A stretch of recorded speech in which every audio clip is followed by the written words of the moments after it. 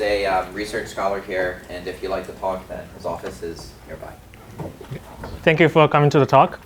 Today I'm going to talk about my recent work joined with Emanuele Viola and Omri Weinstein on data structures, so how to store a random walk. Okay, let me first state the data structure problem. So in this problem, let's first fix a graph G. So can everybody see it? Okay. A graph G equal to VE. So this graph can be either directed or undirected with k vertices. So in this talk, we'll consider small graphs. So now let's think about k being constant. But everything also generalized to larger graphs. And also this graph G is relatively sparse. Okay, I will say what it means later. So actually, one important example that we'll focus on for most of the time is the case where for this graph G being undirected and deregular, meaning that every vertex has degree exactly d for d much smaller than k. So it's a sparse graph. Okay, so we have fixed this graph G, and this is a part of the problem. And in this data structure problem, the input data is a walk on this graph. So the input data is just a sequence of vertices, v0, v1, up to vn, such that for every two adjacent vertices, vi and vi plus 1, it is in the edge. It is in the edge set. Okay. So the goal of this data structure problem is to construct data structure using small space such that we can retrieve each vertex efficiently. So the task is to look at this input data and then construct a data structure supporting vertex retrieval queries, supporting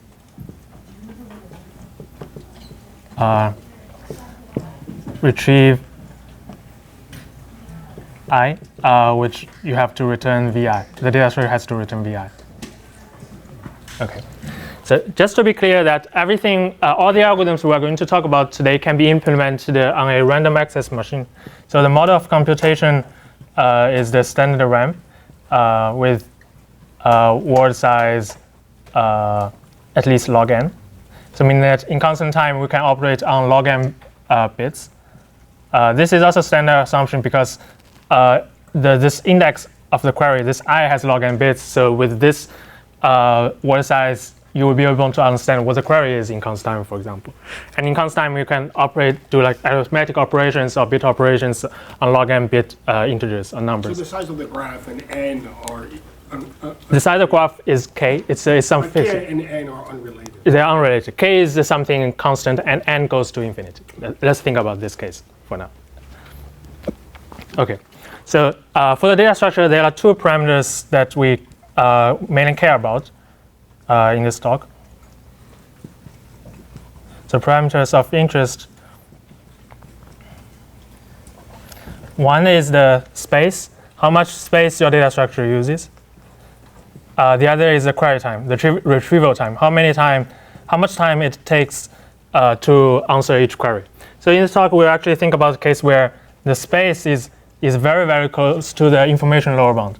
So the space is very, very close to the lower bound. And also, we would like at the same time answer each query relatively efficiently.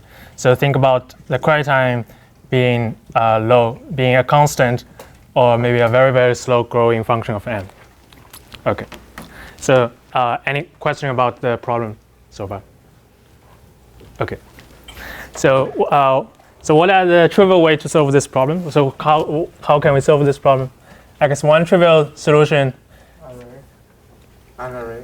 Yes, you just store all the vertices as is using like so here is a space and here is a query time. Yeah, as Argumensh just said, we could just store all the vertices using n plus 1 times log base 2 of k rounded up many bits. or maybe this number divided by w many words, depending on the value of w. And then this allows you to retrieve each vertex in constant time. And now the other way, this is actually not the optimal space you'd expect, because in principle you could encode each vertex vi plus 1 with respect to this previous vertex, because you know that each adjacent pair is an edge, so you could just encode the next vertex using like log d bits. So if we fix the neighboring fix the labeling of all the neighbors for each vertex from 1 to d, then we can encode, at least for the deregular case,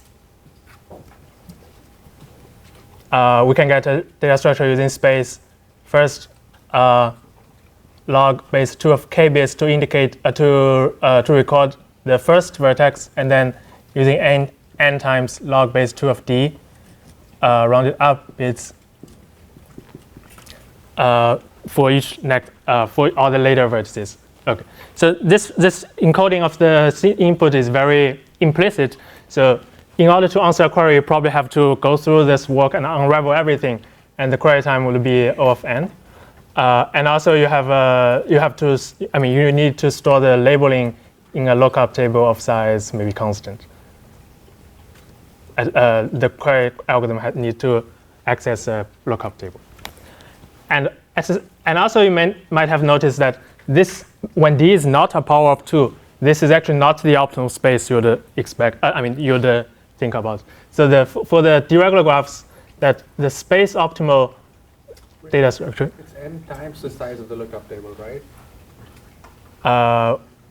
Why? Because you'll have to look up every edge in the graph.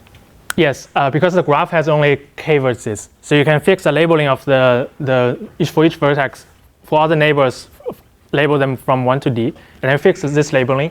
And then in the data structure, you just store the label of the next vertex, and in the lookup table, you store this labeling, and then query time is O of n. Right? Yes, but what is the constant though? Does it depend on the size of the table? What is the constant? The constant in the O of n. Oh, on the size of the table. You can always look up the size in constant time. Look up the next vertex in constant time, no matter how large the table is, right? Look up the next vertex. Because you can think of this lookup table as some separate storage about the pre-processed information about the graph. So the query algorithm can access both the data structure and this lookup table. Right. Okay. Good. So, this, I guess. Okay. So this is not the optimal space you could get. So the space optimal data structure for deregular graphs uses space like log base 2 of k plus n times log base 2 of d, then round up. Okay, so the difference might be small if d is large, but in this talk we'll be focusing on constant size graphs, and d is also constant. And in fact, these two, space differ by a constant factor. So, and this encoding, the trivial way to do it is very, very, very implicit. And if you do it carefully, it turns out that you can actually do it in like poly-n query time. And also you probably need some lookup table. Okay, so these are the trivial way to solve this problem. So what is the best known data structure for it? So it turns out that a black box application of the so-called augmented B-tree data structure by Petrascu can solve this problem quite efficiently. So it's called the A-B tree, augmented B-tree by Petrascu in 2008. So this data structure, this application gives you, at least for the deregular case, optimal space plus 1 bit. So this space optimal bound plus 1. And it achieves really fast query time, O of log n query time. Okay, but there is one caveat that in order for the query algorithm to answer the query in this time, we need to prepare a lookup table of size n cubed.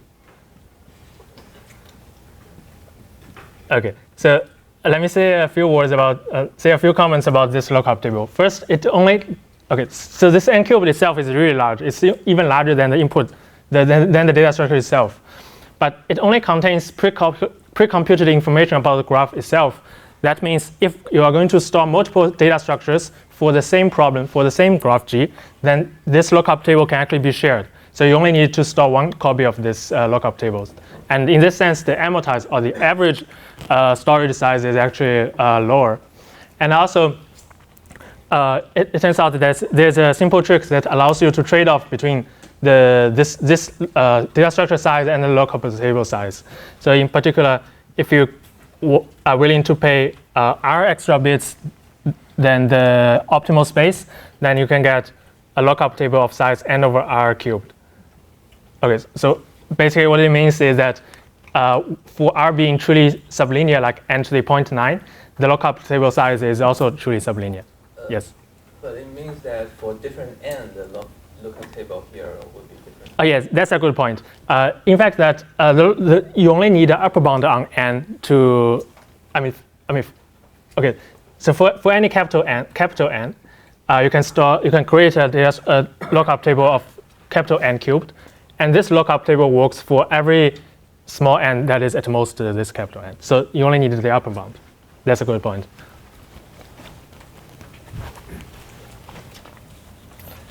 So with this trade-off,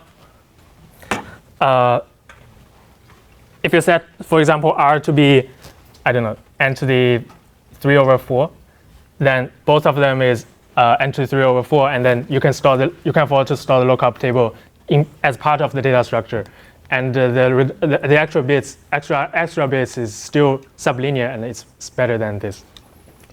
Okay. So this is the best known data structure for this problem for general graphs. At least for general deregular graphs, and there is actually a much better solution when there's no constraints on the adjacent vertices. So in the case where there are no constraint on vi and vi plus 1, or in other words, you can just think about you're getting a bunch of independent or unrelated symbols from K, and you would like to store them. This corresponds to G equal to complete graph plus K self loops. In this case, you can actually achieve the best in both parameters. The space being n plus 1 log base 2 of K may plus 1, and the query time being constant. And in this case, you don't actually need any lookup table. And also, just as a sanity check, that this problem is actually trivial if K is a power of 2, because you could just store all the numbers directly, and this doesn't waste any space. So the main point here is that to move out this ceiling from the before you multiply n plus 1 to the outside, to the whole thing. And the main challenge in this problem is different from the challenge in our problem, because the challenge here is to try to encode the correlation or the relation between two adjacent vertices efficiently, and allows you to retrieve each vertex. Of course, the same problem of K being not a power of 2 is also a problem here, but it turns out that in our final solution, we will use this as a black box to resolve that issue. Okay, so so what do we do in this paper? So we design a data structure for this paper. So we prove that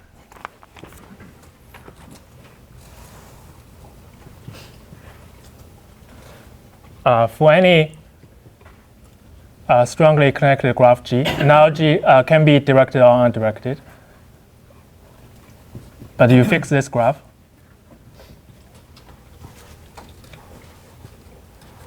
For any strongly connected G, let kappa of G of n be the number of length n walks in G. Basically, it corresponds to how many different inputs are there for this problem. So the number of length n walks in G.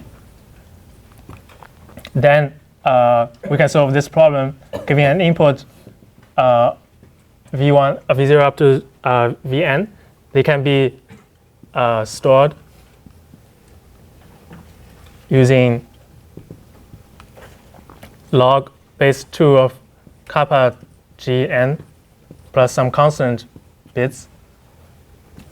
So just a constant, additive constant more than the information lower bound, and supporting vertex retrieval queries in constant time. Supporting vertex retrieval queries in constant time. And assuming that the query algorithm is executed on a word RAM random access machine with word size at least log n.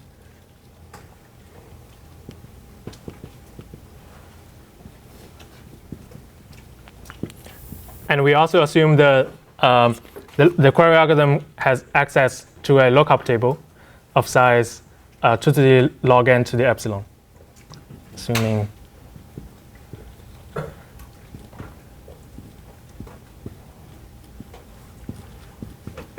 lookup table of size 2 to the log n to the epsilon. Okay, so what is epsilon? It turns out there's one dependence on the epsilon in the query time. So the query time is actually 1 over epsilon.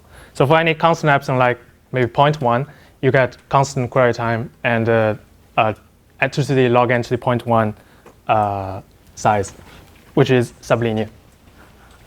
So this is G or C or what is C? Is G? Or which one? It's K of what? Oh, G. Oh, it's G. GG, yes. This is also G. So in particular, for regular graphs, the space bound we get is just log base k, log base 2 of k plus n log base 2 of d rounded up plus some constant. It achieves the optimal space by up to a constant additive constant, and also achieves the constant query time. And if we forget about the lookup table, and also this trade-off is true for any epsilon. So in particular, we could set epsilon to be 1 over log n if you don't like lookup tables. Then in this way, the lookup table size, this term becomes a constant. So you only have a constant size lookup table just as large as storing the graph G itself. And the query time becomes log n. Slightly super constant, but it's still an improvement over the the augmented B tree. Okay, so any questions so far?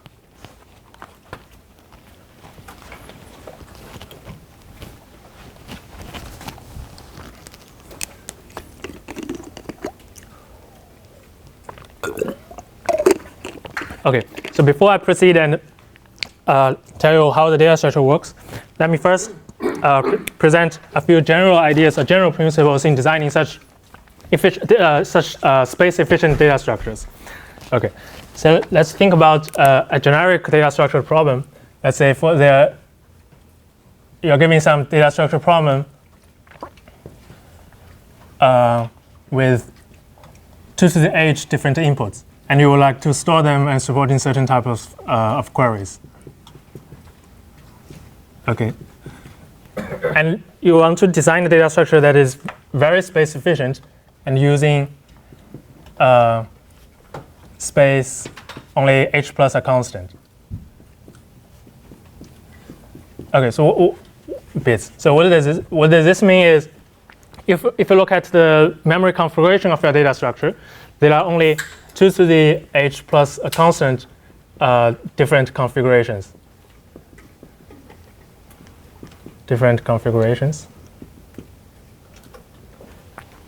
And your data structure is nothing but an injection that maps all different inputs to a different memory configuration. Okay, now let's think about the case where you sample a uniformly random input from all possible 2 to the h inputs. Sample a uniform random input. So you fix this distribution and then apply your data structure on this distribution. It gives you an induced distribution on the all possible 2 to the h plus some constant many configurations. Yes? Sorry, a question. So this theorem is not about like an expectation over all length walk in walks, or is it about like every walk you will store? Yes, yes. Although I'm analyzing this about assuming the input distribution, but this theorem is actually for worst case. So the randomness only appears in the analysis. So this is for every input work you have this space and this time. Okay. Yes.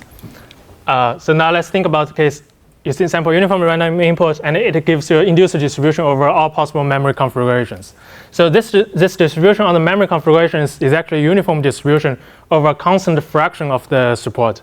That means this distribution is actually, when this is uniform, the configuration is also very close to uniform.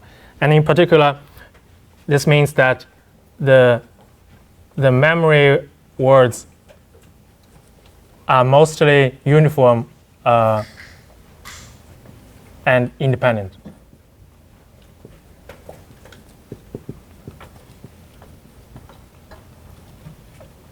If you're familiar with information theory, it just says that for any, for most of the set of k words, the entropy of these k words is very close to kw.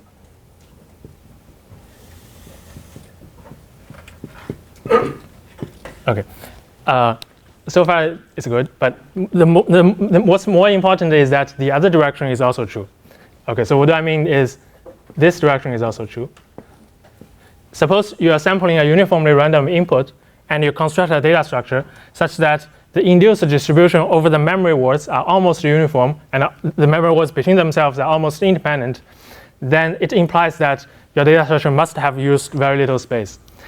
Okay, so this is a strategy we're going to use in designing a data structure. So instead of allocating this amount of space to store this part of the input and that much space to store something else, what we actually do in designing a data structure is to first look at the input and then store some part of the information from the input and make sure that everything we have stored so far, the memory words and the distribution of the memory words are almost uniform and independent. And the next time we store some other information from the input and we make sure that this part of information is independent of everything we have stored so far, and the way we store it makes the memory words also uniform and independent. So we do this in a few rounds and until we have stored everything. Then this principle just tells us that if we keep doing this, the final data structure must have very low space. So this makes sense? Yes? So when you say lookup time, it's just the number of cells, right? Which one? In general, so Yeah. you don't care about computation. Actually, I do care about computation, but for this talk, we can forget about that. So the purpose of this lookup table is to help the computation. So in particular, if you only want the lookup time, how many cells you look at, then you don't need this. Okay. By the way, do you know how far this is from being typed? What's the best you can expect? In terms of width. Dependence on epsilon? For this lookup table size, yeah. The purpose of this lookup table is to help the computation. So in order to prove any lower bound, we have to prove computation lower bounds instead of just information lower bounds. I think that might be hard. Why do you need computational lower bounds? Right. Yeah, because in the self-proof model, we don't need this lookup table. It's just a constant time and this space. And the purpose of this lookup table is for the RAM algorithm to do some non-standard word operations. And also it pre-computes something about the graph G, which can be done in constant time in the self-proof model, for example. I see. So you're saying that getting a lower bound will be hard. Yes. Okay. But I don't know if this can be improved from upper bound side. Okay. Interesting. I have a question. Since you were talking about these ceilings and +1 and so on, so in your result, there's no constant factor in front of the log k. Yes. Now, And it's let's say if you allowed yourself any constant factor, then would the proof be much simpler or would it be the same? If you get any constant factor, you could just use this probably, depending on graph. I see. So the whole point of the theorem is that the factor is 1. Yes, that's a good point. Yes. I mean, You not allowed just yourself 1. to. Yeah, Would it be 2, very yeah. easy?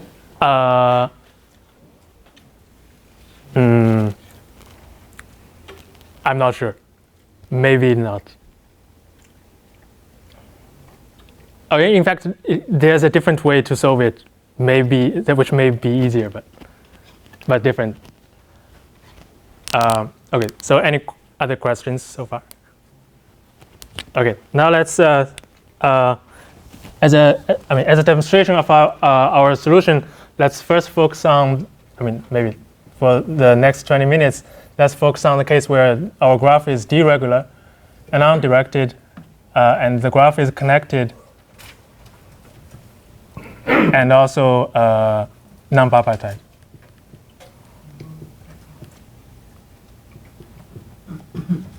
Okay, and then if we have time, I will say a few words about how to generalize to general graphs. So we fix such graph and fix the problem, and then the data structure problem gets an input, V1, V0, V1, up to Vn.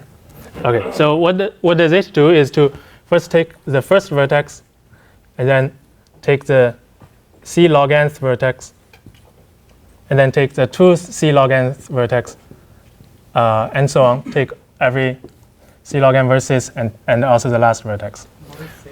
C is some constant that needs to be determined later. That depends on the graph. Okay.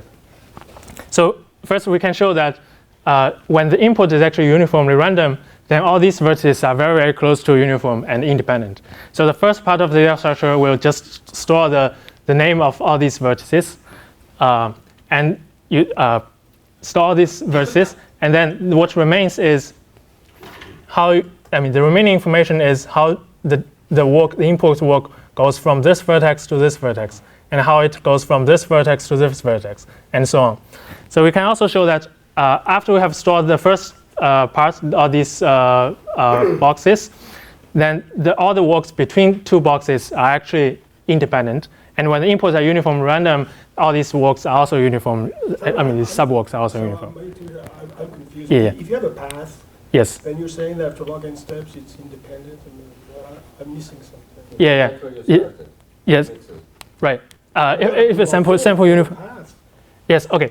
So we're assuming that you receive a uniformly random input. Actually, I will elaborate on this later, but just a brief idea. So if you sample uniformly random input, then it gives you some distribution on this path of length n.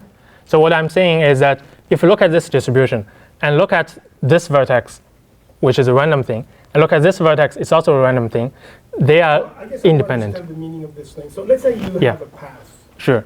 That's your graph. Yes. So what are these vertices? This is the input. So let's So say it's the the input. input. Is a path. So you're just walking along the path in a straight, like to the right. So then these vertices are log n apart. But the K is constant. So just let me clear. You have n Yeah. go to OIC. So k is a constant, n goes to infinity. So we revisit. Where it's bigger than k. Okay, Yeah, so yeah, for n sufficiently large. Yes, you revisit one vertex every once k steps or something. Or yeah, so Yeah, k yeah. is basically so k is at least. Is at most the log of log n or so. I don't know. So, yeah. Yeah. I mean the square root of log n. Okay. Yes. Let's say you have two really strongly connected graphs and then they're weakly connected between each other. Yes. That's your fixed graph. Yes. Why is there a reason that constant times log n suffices to balance out between those two? Yes. Because we're assuming that the graph has constant size. Oh, I see. And, That's actually the that's important way thing. super- Yes. It's like K squared or something. Yeah. Square, roughly square, yeah. Okay, yeah. Yeah. K squared would, yeah. Yeah. Got it. In the worst case. Okay. So basically, we first store these vertices and then store the work between them. Okay, let me tell you the details. This is the main idea. So let's call all these vertices in the box the milestones on this work. Okay. So what the data structure do is first store all the milestones. Okay, let's call this gap between the two milestones L, which is some fixed number. Store all the n over L plus 1. Okay, for simplicity, let's also assume that n is a multiple of L. So the last vertex also is one of the milestones. Store all these milestones using this DPT algorithm. So okay, so I will remind you what it is in a second. It's in DPT. Okay, so what is DPT? It's just okay, it's over here. So sorry, this is by Dodis, Petrasco, and Torup in 2010. So basically, you can think about it. You receive a bunch of unrelated symbols from K, and then you store. They can be stored in optimal space up to a constant, additive constant, and it allows you to retrieve each one of them in constant time. So here I just treat all these milestones as independent, unrelated symbols from alphabet of size K, and just store them. So this part of the data structure uses space n over L plus 1 times log base 2 of K plus some constant bits. Okay, so before we proceed, let's just make sure that this is uniform. So this is because, basically because as we just said, that constant size graphs are good expanders. Okay, so what I mean is, for any constant size graph G that is deregular, connected, and non-bipartite, if we fix any starting vertex S, and then we start a random walk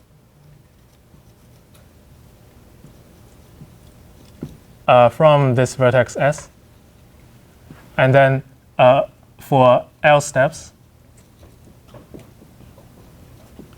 and then we reach a vertex T, and T is a random vertex.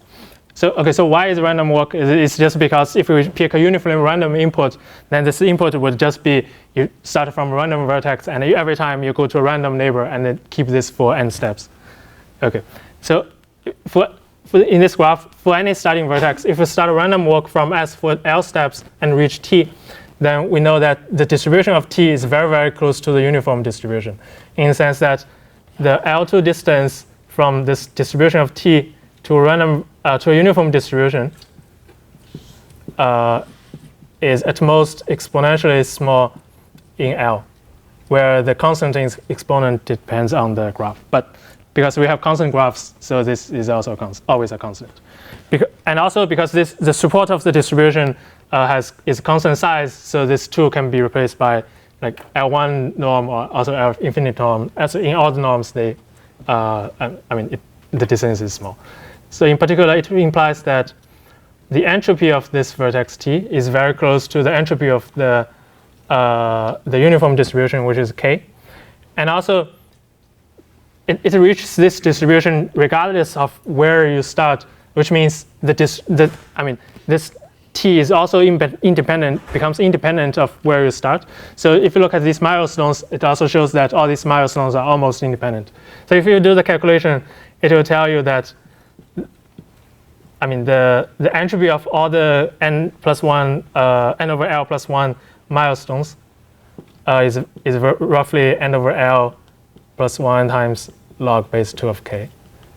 So basically, in the first part of the data structure, you're spending that many bits to store some information that has entropy roughly almost matches this size. So for this part of the data structure, all the memory words are almost uniform and independent. Okay. So what do we do next?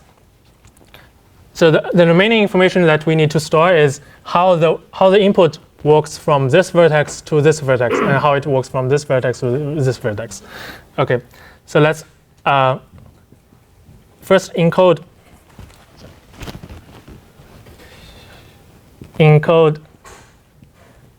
each subwalk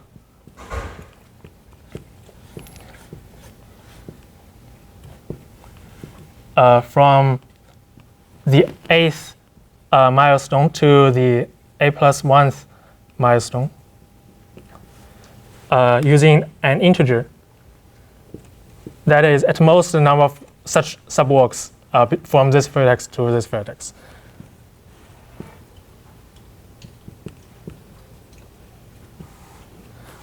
Using an integer m, that is m sub a, that is at most the number of different walks that goes from this vertex to this vertex. Okay, for simplicity of notation, let's just denote this number by L, by n sub L as t. let this be the number of walks from S to T of length L. Okay, so we can always encode such a subwalk using an integer from 1 to n sub L V A L V A plus 1 L. So if we don't care about computation, then what we can do is just list all possible walks in some fixed way, for example, lexicographic order, and then just store the walk using the index in this order. Okay, so what we are going to use next is to use this convergence again. So we can show that because L is set to roughly log n, so we can show that this number is always upper bounded by d to the L divided by k times something very close to 1. Okay, let me explain what I mean. So think about the length L walk starting from a vertex S. So every time you have d choices. So the number of walks starting from starting from S of length L is exactly d to the L. And this random walk thing just tells us that if we choose a random one of them, the distribution of the ending vertex is very, very close to the uniform distribution. That means roughly 1 over k fraction of all these d to the L walks from S will actually end at this vertex T. And this is true for every S and T. Makes sense? Right? And the distance of this distribution to uniform is exponentially small in L. If we pick this C large enough, we can make it 1 over n squared. And this gives us that for any S and T, the number of walks from S to T of length L is at most d to the L over k times something small. So that means this integer we're using to encode the subwalk is in particular between 1 and d to the L over k times something small. Okay, so now we have encoded every. Okay, maybe let me write it up there.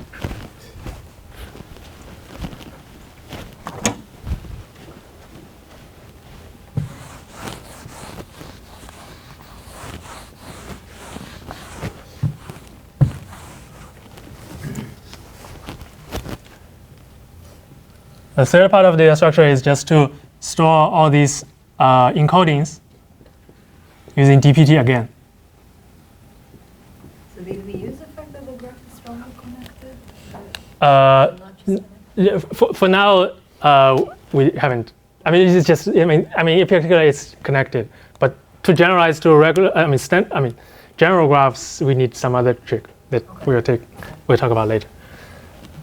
Store all these things using DPT again.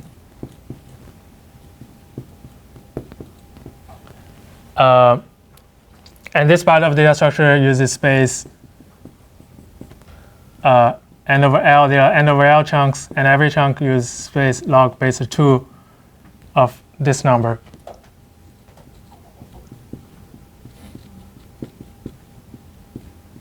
Bits. Make sense?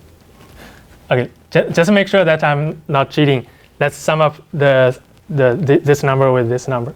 So the total space of this data structure is just n over L plus 1 times log base 2 of k plus some constant, then plus this number. Okay, we also get a constant here. N over L times log base 2 of d to the L over k, then plus n over L plus log base 2 of 1 plus 1 over n, then plus some constant. Okay, so this is equal to, first we get a term of log base 2 of k from this one, and then we get n over L times, we have log k here and log k here, they cancel. So it's base log 2 of d to the L, d to the L. Then plus, for this term, because here it's roughly 1 over n squared. So this term is actually smaller than 1. So you get a constant additive constant. And finally, this L cancels with this L, and it gives you the claimed space, log k plus n times log base 2 of d.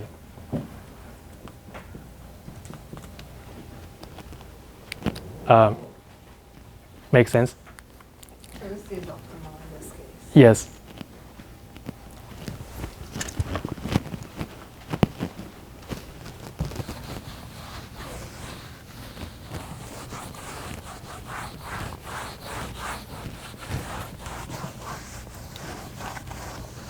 So it's also straightforward to answer the query because let me just go over it quickly.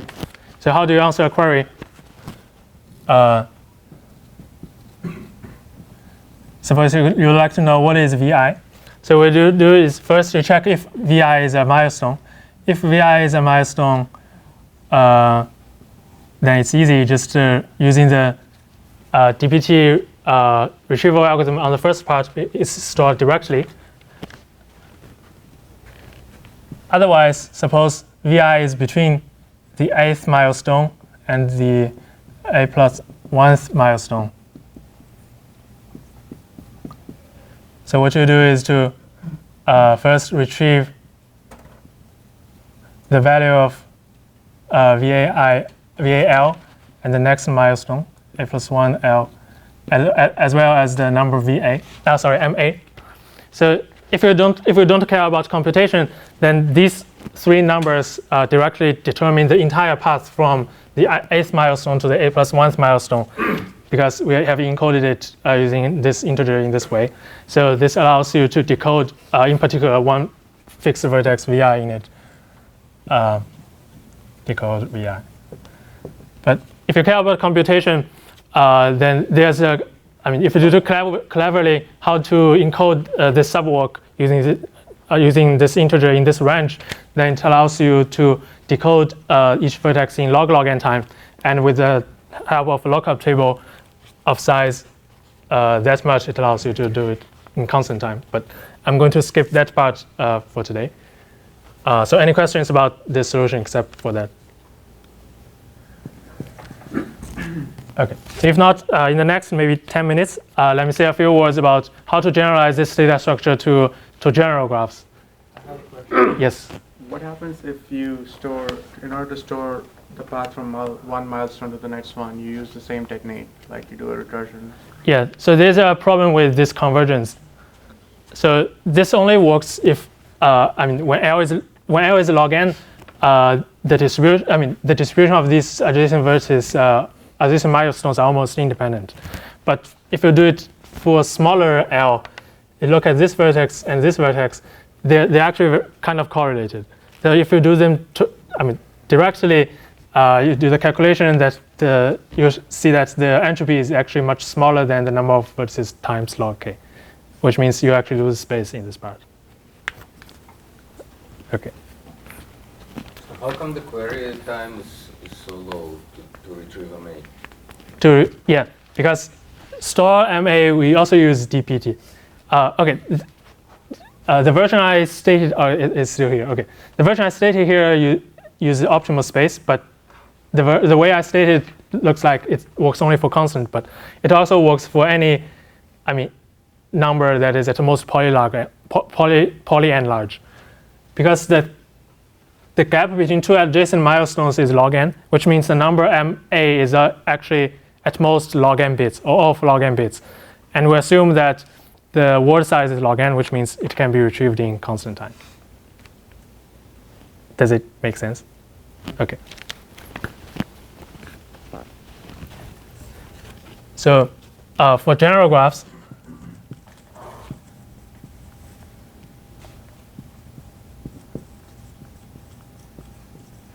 I guess the biggest issue in implementing this very data structure for general graphs is that now the milestones are not uniform and independent.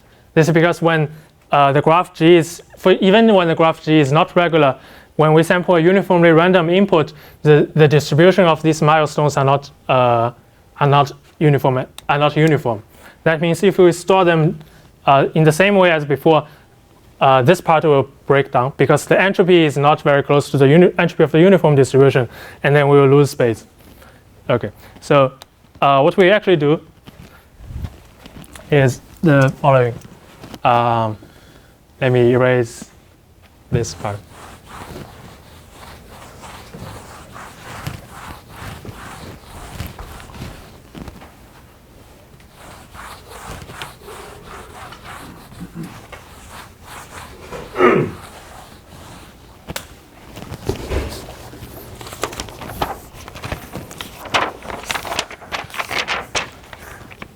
So we get we still get a input sequence V0, V1 up to Vn. And then we look at the milestones.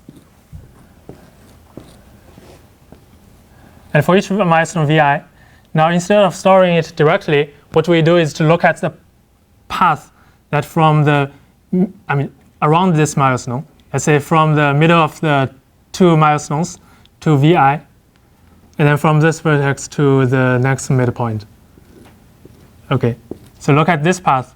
What we do is to first partition the set of such paths into groups such that the partition has some property. So we first partition this path from the midpoint to Vi and all possible such paths into groups such that one is if we sample uniformly random input, we don't record what Vi is, but we record the name of the group. So we want to make sure that uniformly random input implies that the name of the group is uniformly random.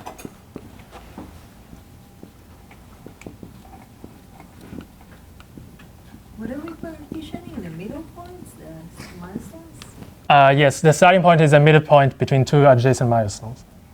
You mean this point?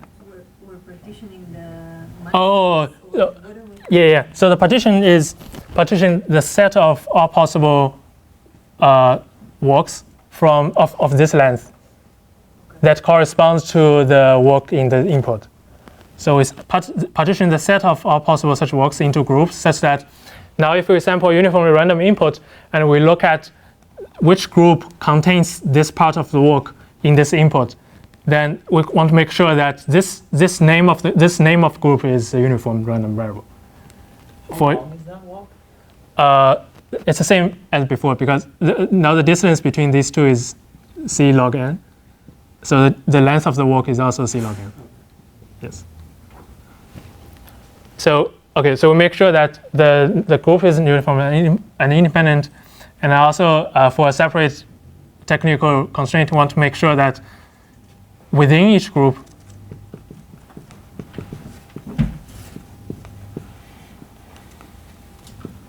if we sample uniformly random input, condition on the walk is in this group, the first half of the walk is independent of the second part.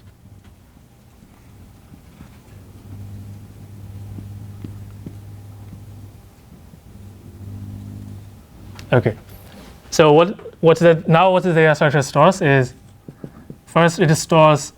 Clear that you can do it? Yes, it is not very clear, but if think about this for a while, it's also not that difficult. It's not obvious, but it's not that difficult.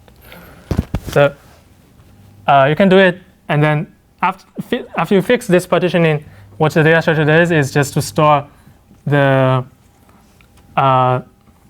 groups that contain the subwalks.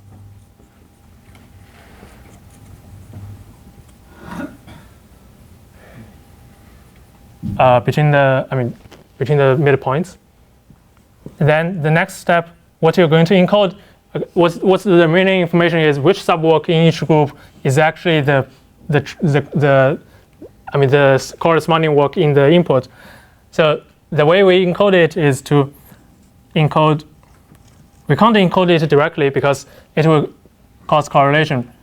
Because this walk, this is the previous milestone. this walk is correlated with this walk because they share the same vertex in the middle. So what we actually do is to use a similar way to encode jointly the walk from the previous milestone to the midpoint and the walk from the midpoint to the next milestone jointly.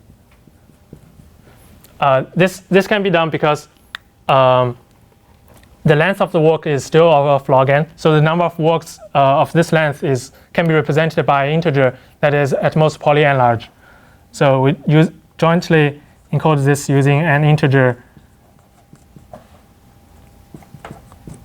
also a that is at most something else that we need to calculate carefully, and then finally store these MAs as before.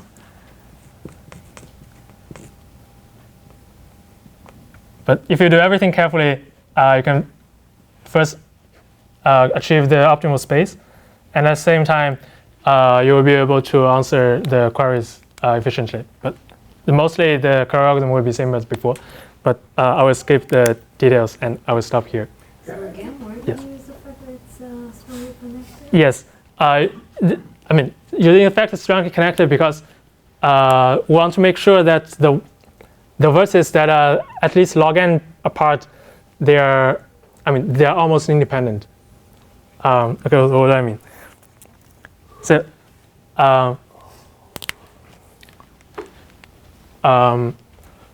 so if you look at this walk, it's on a graph, and look at the two adjacent milestones. If the graph is strongly connected, then both of them will have the same distribution, and they are independent, but not necessarily uniform distribution. But when the graph is not strongly connected, you could have something like you have a strongly connected component here, and then strongly connected component here.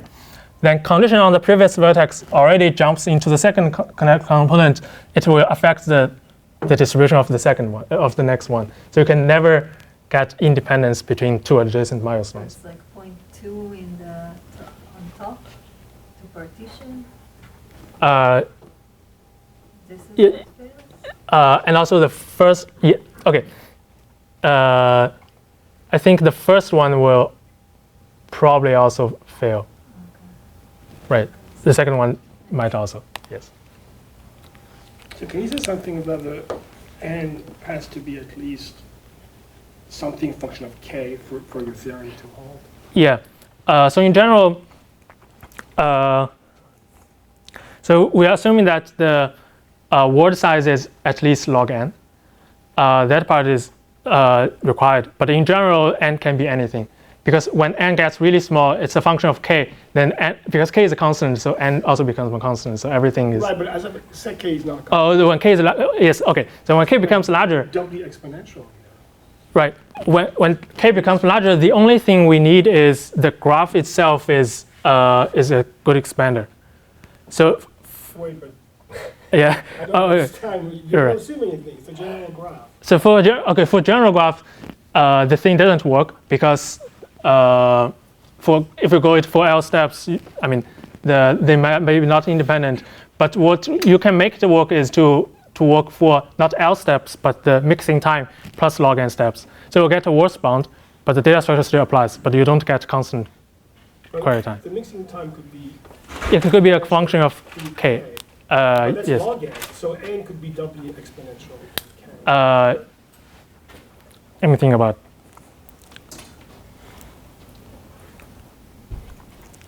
It's a direct. Yes. Yeah. Yes. Yes. I have another question. Your setup, would it still work if at every step you could change the graph? I mean, not the vertices, but For the graph, yeah. the edges. Do you ever use the fact actually that the edges are fixed? Yeah, depends on how you change the edges. Okay, suppose. Okay. Let's say this is vi, this is vi plus 1, this is vi plus 2. If you change it in the way such that the new vertex vi plus 1 is still connected to the two adjacent vertices, but it could be arbitrary one, then our data structure also handles this in constant update time. But if the way is like you first fix a labeling of the neighbors such that you change the neighbor of this, but follows the I mean, the labeling of the neighbor for all the remaining vertices, then it changes the rest half of the work, then the data search doesn't work. Make sense?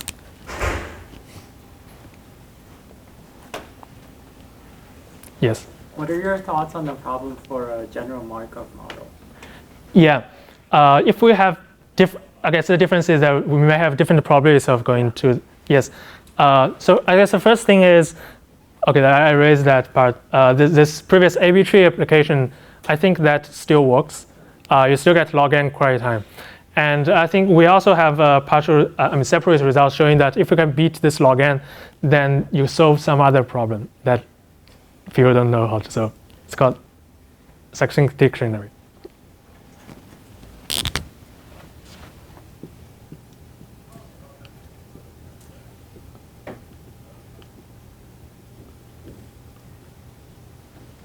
So, but what you can do is to get log n time.